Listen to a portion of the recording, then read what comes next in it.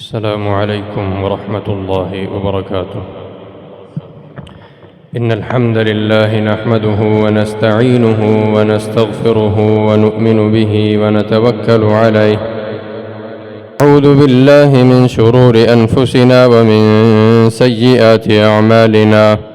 من يهده الله فلا مضل له ومن يضلل فلا هادي له. وأشهد أن لا إله إلا الله وحده لا شريك له. وأشهد أن محمدًا عبده ورسوله. أما بعد فأعوذ بالله السميع العليم من الشيطان الرجيم. يا أيها الذين آمنوا اتقوا الله حق تقاته ولا تموتن إلا وأنتم مسلمون.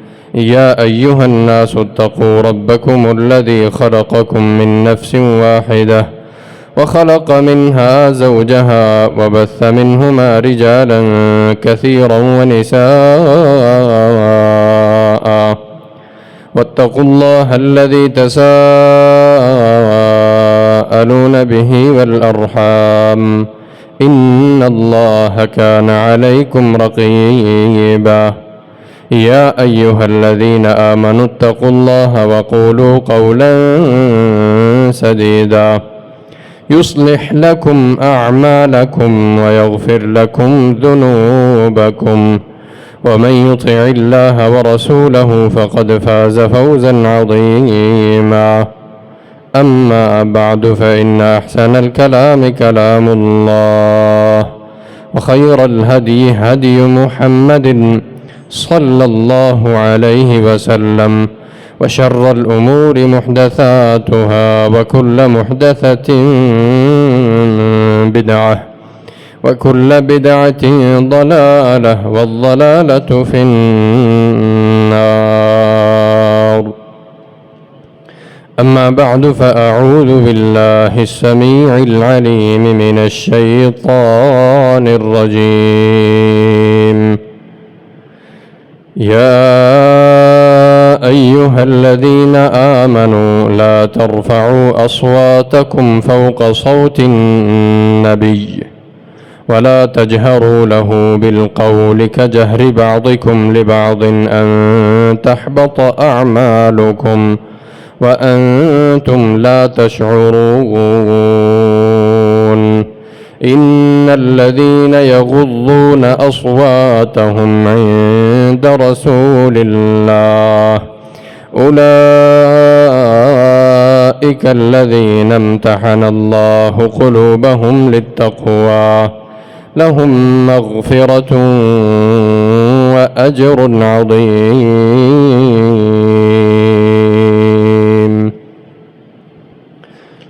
ہر قسم کی تعریفات، تسبیحات، تحمیدات اللہ رب العالمین احکم الحاکمین رب ارض و سما کے لیے.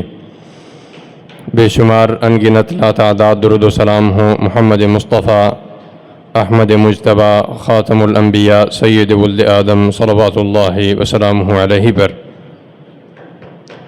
گراں قدر بزرگان کرام، قابل صد احترام نوجوان ساتھیوں،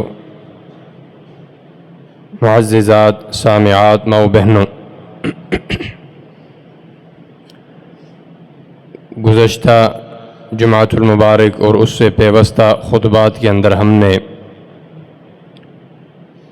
حرمین شریفین کی فضیلت و منقبت، ان کے اندر کیے جانے والے اعمال اور امور سے متعلق گفتگو سنی ہے. اس روئے زمین پر زمین کے یہ دو ٹکڑے اس قدر مبارک، اور اللہ تعالیٰ نے ان کے لیے لوگوں کے دلوں میں، مسلمانوں کے دلوں میں وہ محبت ڈالی ہے کہ مسلمان ہمہ وقت اپنے دل میں یہ خواہش رکھتے ہیں کہ اللہ کے ان گھروں کی، اس مقدس سرزمین کی زیارت کے لیے زیادہ سے زیادہ موقع ہمیں نصیب ہو. سو اس عقیدت، محبت، تعظیم، ناموس، اس کی بنا پر مسلمان اس کی جانب زیادہ لپکتے ہیں. سو ضروری ہے کہ ہم ان علاقوں میں، ان جگہوں میں انجام دیے جانے والے وہ کام، وہ امور جو گناہوں کے اضافے کا سبب بنتے ہیں، جو اللہ اور اس کے رسول کی نافرمانی پر مبنی ہیں، جو کیے گئے نیک اعمال کی تباہی کا سبب بنتے ہیں، ہم ان سے ضرور آگاہ ہوں، کیونکہ اللہ تعالیٰ نے ان دونوں مقدس شہروں کو حرم بنایا کہ اس کو اللہ تعالیٰ نے امن والی سرزمین قرار دیا۔ ان میں محمد الرسول اللہ صلی اللہ علیہ وسلم نے رہائش اختیار فرمائی۔ آپ صلی اللہ علیہ وسلم اور پھر آپ کے اہل بیت اطہار، آپ کے اصحاب کرام اس زمین کے، اس تاریخ کے سب سے معزز افراد اس علاقے میں بسے۔ اس کے اندر موجود ہر چیز کی اللہ تعالیٰ نے فضیلت اور منقبت بیان کی۔ کعبہ کی فضیلت، اس کے اندر لگے ہوئے پتھر کی فضیلت، اس سے پیے جانے والے پانی کی فضیلت، اس کے احاطے کی فضیلت، اس کے افراد کی فضیلت، اس سے پھوٹنے والے دین کی شمعوں کی فضیلت۔ سو یہ سرزمین اس بات کی لائق ہے کہ اس کی زیارت کے وقت، اس کی طرف جاتے وقت ان سرزمین کے آداب کو ذہن میں رکھا جائے، ان کے ان کاموں سے بچا جائے جو آداب کے خلاف ہیں، جو اعمال کی تباہی کا سبب بنتے ہیں۔ سو عزیزان گرامی، مسلمانوں کے اندر ایک بڑی جو مصیبت اس دور کے اندر در آئی وہ یہ تھی کہ لوگ عقیدت اور احترام میں درمیانہ اور میانہ روی کے رستے کو بھول چکے ہیں۔ اللہ تعالیٰ نے اپنے نبی صلی اللہ علیہ وسلم کے بارے میں قرآن مجید میں بڑی صراحت کے ساتھ واضح کیا کہ آپ صلی اللہ علیہ وسلم نبی ہیں، اللہ کا پیغام پہنچانے والے ہیں، آپ کے ذمہ رب کا پیغام پہنچانا ہے، اس کے دین کی صدا کو بلند کرنا ہے۔ آپ نے جب وہ پیغام پہنچایا، وہ عقیدت اور احترام آپ کا سکھلایا گیا، اور پھر نبی صلی اللہ علیہ وسلم نے یہ وضاحت کی، امت کی یہ تربیت کی، لا تطرونی کما طرت النصارى العیسی ابن مریم، کہ مجھے اس طرح حد سے نہیں بڑھانا، میری محبت اور عقیدت میں اس حد کو کراس نہیں کرنا جس طرح عیسائیوں نے حضرت عیسیٰ کی محبت میں حد کو کراس کیا، غلو سے کام لیا۔ حضرت عیسیٰ کو احترام کی وجہ سے، اس محبت کی بنا پر انہوں نے اللہ یا اللہ کا بیٹا قرار دے دیا۔ نبی صلی اللہ علیہ وسلم نے صراحت کے ساتھ یہ اعلان کیا کہ میرے بارے میں تم نے یہ معاملہ نہیں کرنا۔ سو اس دور کے اندر جب مسلمان اپنے ممالک سے انتہائی ادب کے ساتھ، احترام کے ساتھ، عقیدت کے ساتھ، محنت اور کوششوں کے ساتھ، اپنی مال و دولت کو لگانے کے ساتھ جب وہ سفر کر کے مدینہ پہنچتے ہیں تو ان کے اعمال کی سب سے بڑی نحوست اور تباہی یہ ہوتی ہے کہ وہ نبی صلی اللہ علیہ وسلم کی قبر پر حاضری دینے کو اپنے لیے باعث فخر سمجھتے ہیں، اس بنا پر کہ ہم نبی صلی اللہ علیہ وسلم کے سامنے اپنی مشکلات کو رکھیں گے۔ ہمیں بہت بڑا موقع نصیب ہوا ہے، ہم آپ کے سامنے اپنی حاجات پیش کریں گے، اپنی تکالیف کو آپ کے سامنے رکھیں گے، آپ سے اپنے لیے آسانیاں اور حاجتیں مانگیں گے، شفاعتیں طلب کریں گے، اور پھر اس ملک کے اندر بھی ہم یہ نعرے سنتے ہیں کہ نبی صلی اللہ علیہ وسلم سے ہم ہر جگہ پر، یہ ایک معاملہ ہے، لیکن جب انسان وہ شخص لوگ مدینے میں جاتے ہیں تو اس معاملے میں حد سے تجاوز کرنے لگتے ہیں، اور اس دوران کئی سارے خلاف آداب لوگوں سے امور انجام دیے جاتے ہیں۔ سب سے پہلا خلاف امر کام یہ ہے، ادب کے خلاف بات یہ ہے، اللہ تعالیٰ نے قرآن مجید میں فرمایا نبی صلی اللہ علیہ وسلم کا معاملہ تم میں سے عام لوگوں جیسا نہیں ہے، لا تجعلوا دعاء الرسول بینکم کدعاء بعضکم بعضا، ایسا نہیں ہے جس طرح آپ ایک دوسرے کو بلاتے ہیں تو اسی طرح نبی صلی اللہ علیہ وسلم کا معاملہ ہے. فرمایا نہیں، لا ترفعوا اصواتکم فوق صوت النبی.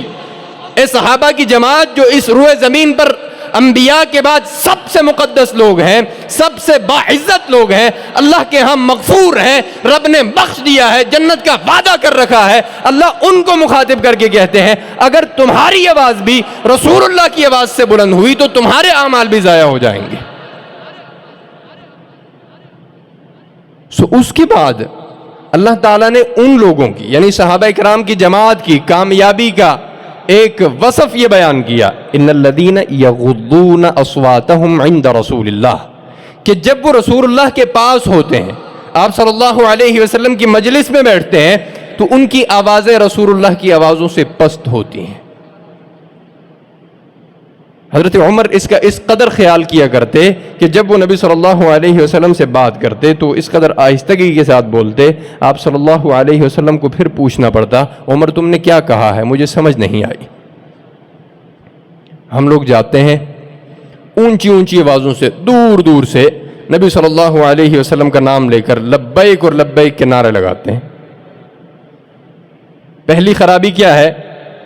سب سے پہلی کہ رسول اللہ صلی اللہ علیہ وسلم کی قبر مبارک کا ادب یہ ہے وہاں پر احترام کے ساتھ آوازوں کو پست کر کے آپ صلی اللہ علیہ وسلم کے قبر مبارک کے قریب پہنچ کے آپ پہ درود و سلام پڑھنا.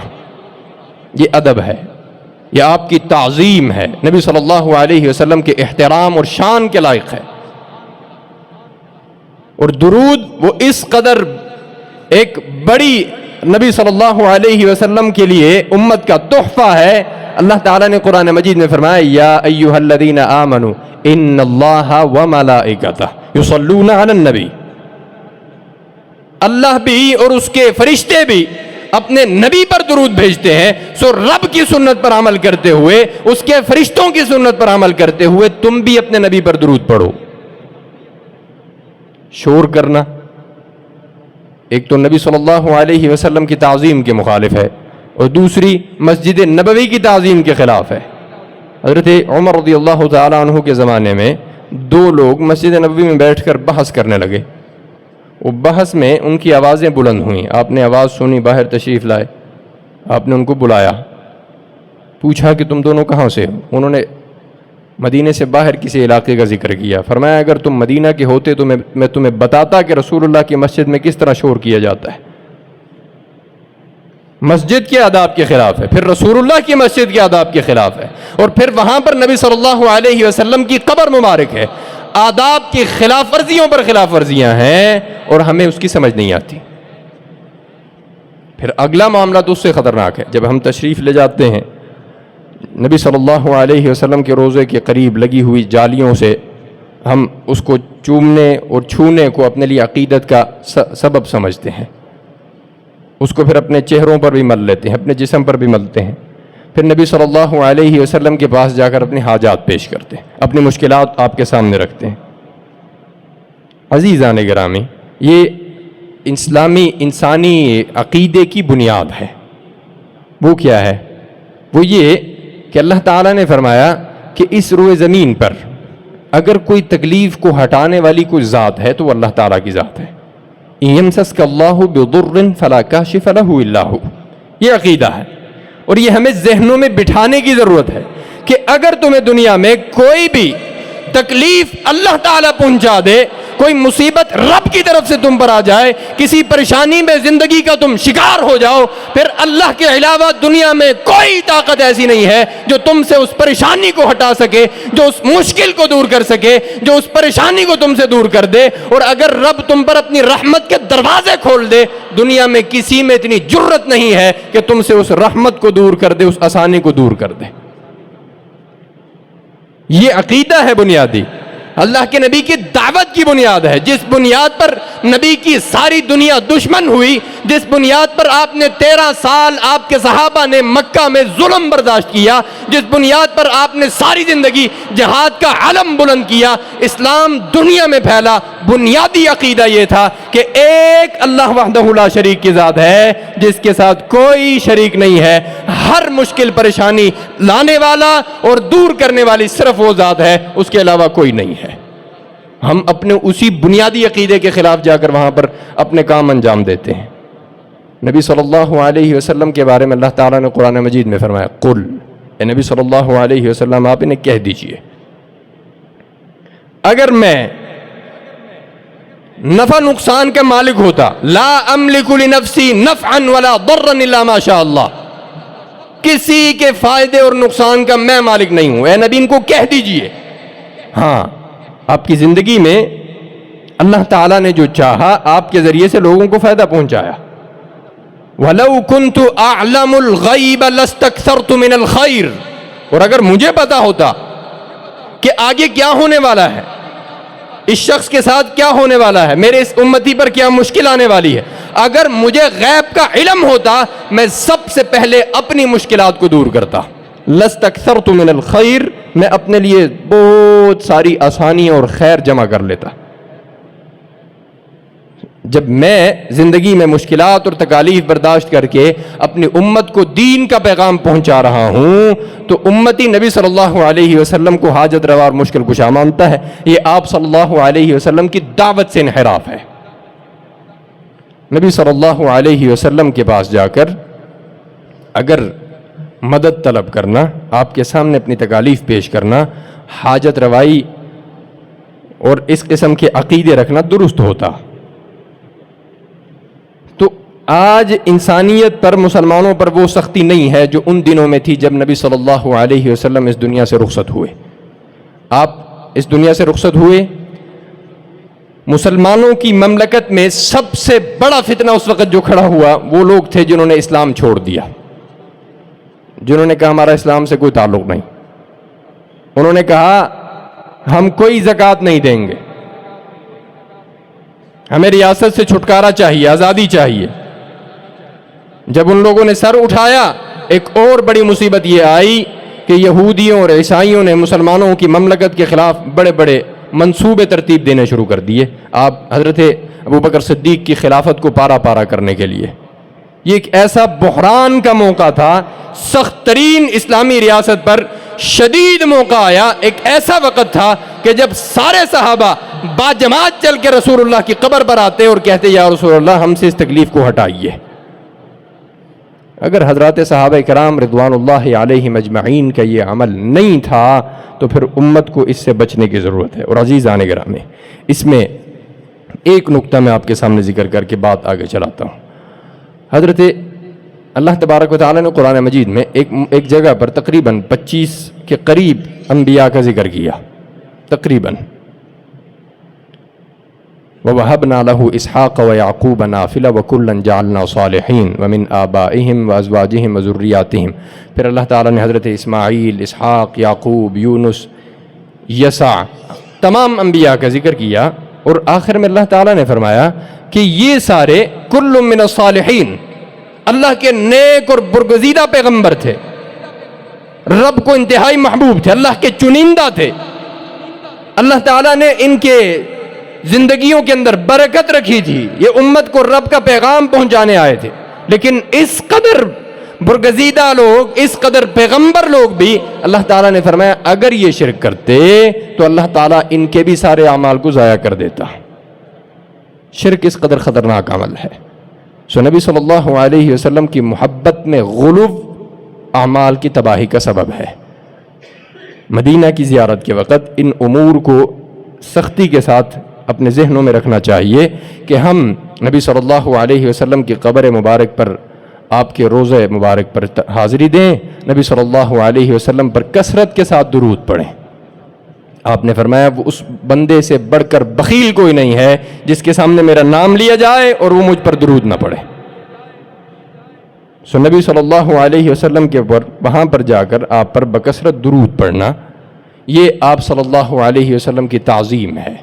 جھالیوں کو چومنا، اس سے متعلق حضرت امام غزالی علیہ الرحمہ، ملا علی قاری اور بڑے بڑے ائمہ بڑی تفصیل کے ساتھ اس پر نقد کرتے ہیں، اور امام غزالی نے یہاں تک لکھا کہ یہ جو عمل ہے جالیاں چومنا، اس کو اپنے چہروں پر مل لینا، جالی کو ہاتھ لگا کر اس سے جسم پر مل لینا اور اس سے یہ عقیدے رکھنا، فرمایا انہو عادت الیہود والنصارى، یہ یہودیوں اور عیسائیوں کے کام ہے جو مسلمانوں کے اندر ان کی رسم و رواج در آئی ہے۔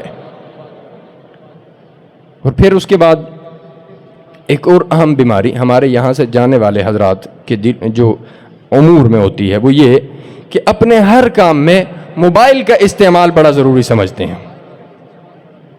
کئی لوگ وہاں پر جا کر موبائل لگاتے ہیں اور ایک لائیو چلا کر ساتھ یہ کہہ رہے ہوتے ہیں کہ میں عمرہ کر رہا تھا، میں طواف کر رہا تھا، میں زیارت کر رہا تھا، تو میں نے چاہا کہ آپ بھی میرے ساتھ شریک ہوں، اور طواف کر رہے ہیں، ساتھ ساتھ ویڈیو بن رہی ہے، تصویر بھی بن رہی ہے، طواف کر رہے ہیں اور اللہ رب العزت کے سامنے جو ہاتھ بلند ہونے چاہیے وہ کیمروں کے ساتھ ہاتھ بلند ہوتے ہیں۔ ساری عبادت وہ ہمارے کیمرے کی اور موبائل کی نظر ہو جاتی ہے، اور اگر اس کو خود نمائی اور لوگوں کو دکھلانے اور بتلانے والے اس پہلو کے اندر ذکر کیا جائے تو یہ بھی عمل کی تباہی ہے۔ نبی صلی اللہ علیہ وسلم نے فرمایا کہ اعمال کو تباہ کرنے والی جو سب سے اہم چیز ہے جس کا مجھے تم سے ڈر ہے وہ شرک اصغر ہے۔ شرک اصغر کیا ہے؟ اپنے عمل کو چھوڑ کر، اللہ کے لیے چھوڑ کر کسی دوسرے کے لیے کرنا، کہ میں یہ طواف کر رہا ہوں، میں یہ چاہتا ہوں میرے علاقے کے جو چند لوگ ہیں، جو میرا حلقہ احباب ہے، جو مجھے جاننے والے ہیں، جو میرے رشتہ دار ہیں، ان کو پتہ لگے کہ میں فلاں صاحب حج یا عمرے پہ گیا ہوا ہوں، ان کو پتہ لگے کہ میں نے خرچہ کیا ہے، میں اب حاجی اور معتمر بن چکا ہوں، میرے نام کے ساتھ الحاج لگ چکا ہے، اور اس کے لیے بڑی زبردست ویڈیوز اور تصاویر، اور کوئی دن ایسا نہیں جاتا کہ جب وہ لوگوں کو بتلا نہ رہا ہو کہ میں یہاں پر یہ امر انجام دینے کے لیے آیا ہوں۔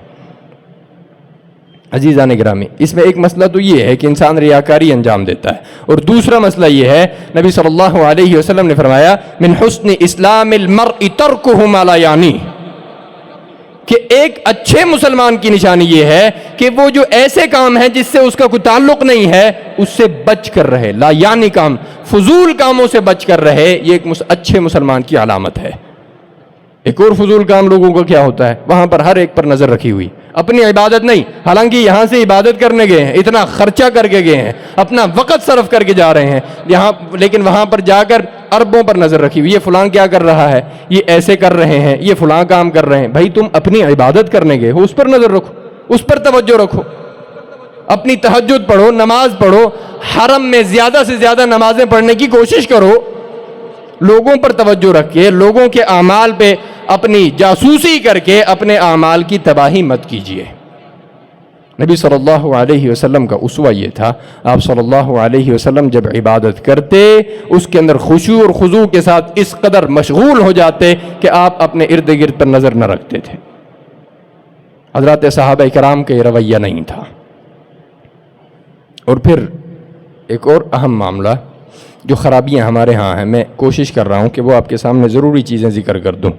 ایک اور اہم چیز یہ ہے کہ ہم اللہ رب العزت کے گھر میں حاضری دینے کے لیے جاتے ہیں، طواف کے لیے جاتے ہیں، خانہ کعبہ میں حاضری کے لیے جاتے ہیں، اللہ تعالیٰ کے تقرب حاصل کرنے کے لیے جاتے ہیں، نیکیاں جمع کرنے کے لیے جاتے ہیں، لیکن ہمارا عمل وہاں پر بھی جا کے دھوکہ دہی اور فراڈ والا ہے۔ فراڈ کیا ہے؟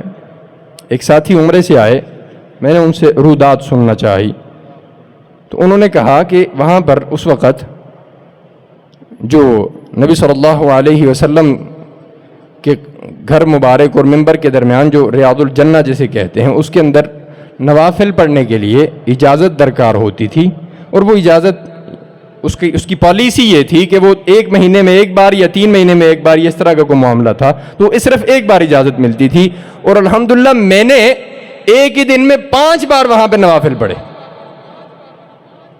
اچھا آپ نے کیسے پڑھ لیے؟ وہ مجھے نا وہ 2 نمبری کا طریقہ آتا ہے، وہ کیسے دوبارہ ہم نے نمبر حاصل کرنا ہے، کیسے اپنی دوبارہ باری حاصل کرنی ہے، وہ جو طریقہ ہے 2 نمبری کا وہ مجھے پتا ہے، اس لیے میں کوشش کر کے میں نے اس طریقے کے ساتھ 5 بار ایک دن میں نماز پڑھی۔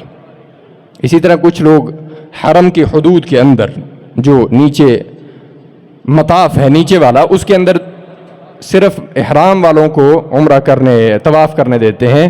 تو عام لوگ جب وہ عمرہ کر چکے اور اپنا انہوں نے احرام اتار دیا تو اس کے بعد بھی دوبارہ اس مطاف میں جانے کے لیے صرف دھوکے کے لیے وہ اپنے جسم پر دوبارہ احرام باندھ دیتے ہیں تاکہ ہم مطاف میں جا کر دوبارہ سے طواف کر سکیں. یہ ایک دھوکہ ہے، فراڈ ہے. حالانکہ یہاں سے آپ صرف اللہ رب العزت کے لیے، اس کے گھر میں حاضری کے لیے، اس کا قرب حاصل کرنے گئے ہیں اور وہاں پر جا کر اب دھوکہ کر رہے ہیں.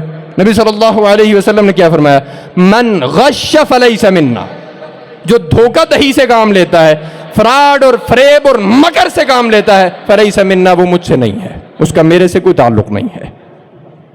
سو یہ مکر، فریب، فراڈ، اس قسم کے کام یہ حج اور عمرے کے ثواب کے منافی اعمال ہیں. یہ وہ کام ہیں جو وہاں پر جا کے ان زیارتوں اور ان آداب کے خلاف ہیں. اور اس کے بعد ہماری یہاں سے جانے والے افراد، ان کا ایک اور عقیدہ یہ ہوتا ہے کہ ہم نے تقریباً کم از کم بھی 40 نمازیں مدینہ میں پڑھنی ہیں. اس کے لیے ایک پورا انہوں نے باقاعدہ ایک فضیلت بنا رکھی ہے اور اس کے لیے پوری کوشش بھی کرتے ہیں. جبکہ حضرت رسول اللہ صلی اللہ علیہ وسلم نے فرمایا اس زمین پر 3 مسجدیں ایسی ہیں جن کی طرف سفر کیا جا سکتا ہے: مسجد حرام، مسجد نبوی اور مسجد اقصی.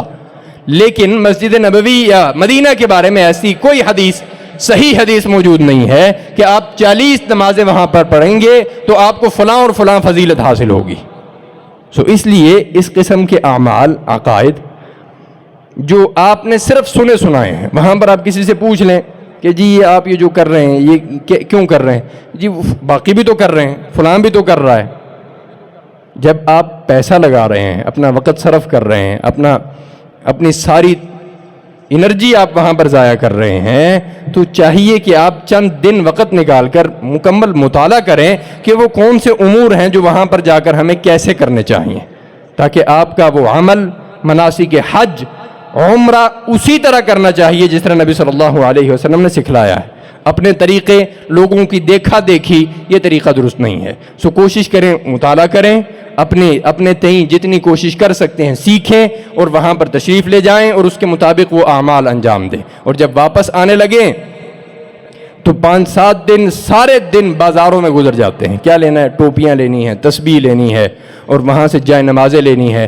حالانکہ وہ ساری چیزیں دیگر ملکوں سے بن کے آتی ہیں. ایسا نہیں ہے کہ وہ خاص کوئی حرم کی کسی خاص چیز کے ساتھ بنائی جائے تو اس کا بڑا تقدس ہے. دیگر ملکوں سے آتی ہیں.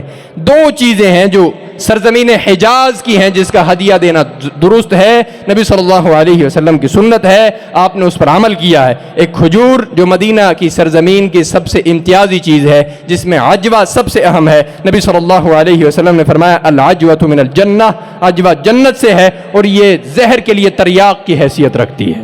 اور دوسری چیز زمزم کا پانی، ماء زمزم، جو نبی صلی اللہ علیہ وسلم نے خود بھی پیا، آپ نے اس کو بیماریوں کی شفا قرار دیا. صرف اس ہدیے پر توجہ دیجئے، باقی چیزیں آپ یہاں پر بھی آ کے خرید سکتے ہیں، کوئی اتنی اہم چیز نہیں ہے. اور ویسے بھی آپ وہاں پر عمرے کے لیے گئے ہیں، وہاں پر آپ شاپنگ کرنے نہیں گئے کہ سارے خاندان اور دوست احباب کو آپ نے راضی کرنا ہے اور خوش کرنا ہے. صرف رب کو راضی کرنا مقصود ہے. پیسہ آپ نے لوگوں کے لیے نہیں لگایا، رب کے لیے لگایا، اپنا وقت رب کے لیے صرف کیا. اور آخری حدیث سنا کر بات ختم کرتا ہوں. مدینہ منورہ، مسجد حرام، مکہ المکرمہ میں جانے والے لوگ اکثر ایسے اعمال انجام دیتے ہیں جن کا دین سے کوئی تعلق نہیں ہوتا. لوگ یا دیکھا دیکھی کرتے ہیں یا اپنے باپ دادا سے سنے ہوئے واقعات کی بنیاد پر کرتے ہیں یا ایسے بدعات انجام دیتے چلے جاتے ہیں عقیدت کے نام پر. تو نبی صلی اللہ علیہ وسلم کی یہ حدیث ان لوگوں کے لیے ہے. آپ صلی اللہ علیہ وسلم نے فرمایا من احدث فیہا، جس نے مدینہ کے اندر کسی بھی قسم کی بدعت ایجاد کی یا بدعت کرنے والے کو اس سرزمین میں اس نے پناہ دی، فعلیہ لعنت اللہ، اس پر اللہ کی لعنت ہے، والملائکۃ والناس اجمعین، اور اس کے فرشتوں کی لعنت ہے اور تمام لوگوں کی لعنت ہے. تو یہ خطرناک معاملہ ہے اور یہ اس بات کی طرف اشارہ ہے کہ خود پڑھیے، مطالعہ کیجئے، دین کو اس کی بنیاد کا سبق حاصل کیجئے کہ ہمیں عبادات کیسے انجام دینی ہے، آداب کا کیسے لحاظ رکھنا ہے اور احکامات پر کیسے عمل پیرا ہونا ہے. اللہ رب العزت مجھے اور آپ کو بات سننے، سمجھنے اور اس پر عمل کی توفیق عطا فرمائے. وآخر دعوانا ان الحمد للہ رب العالمین.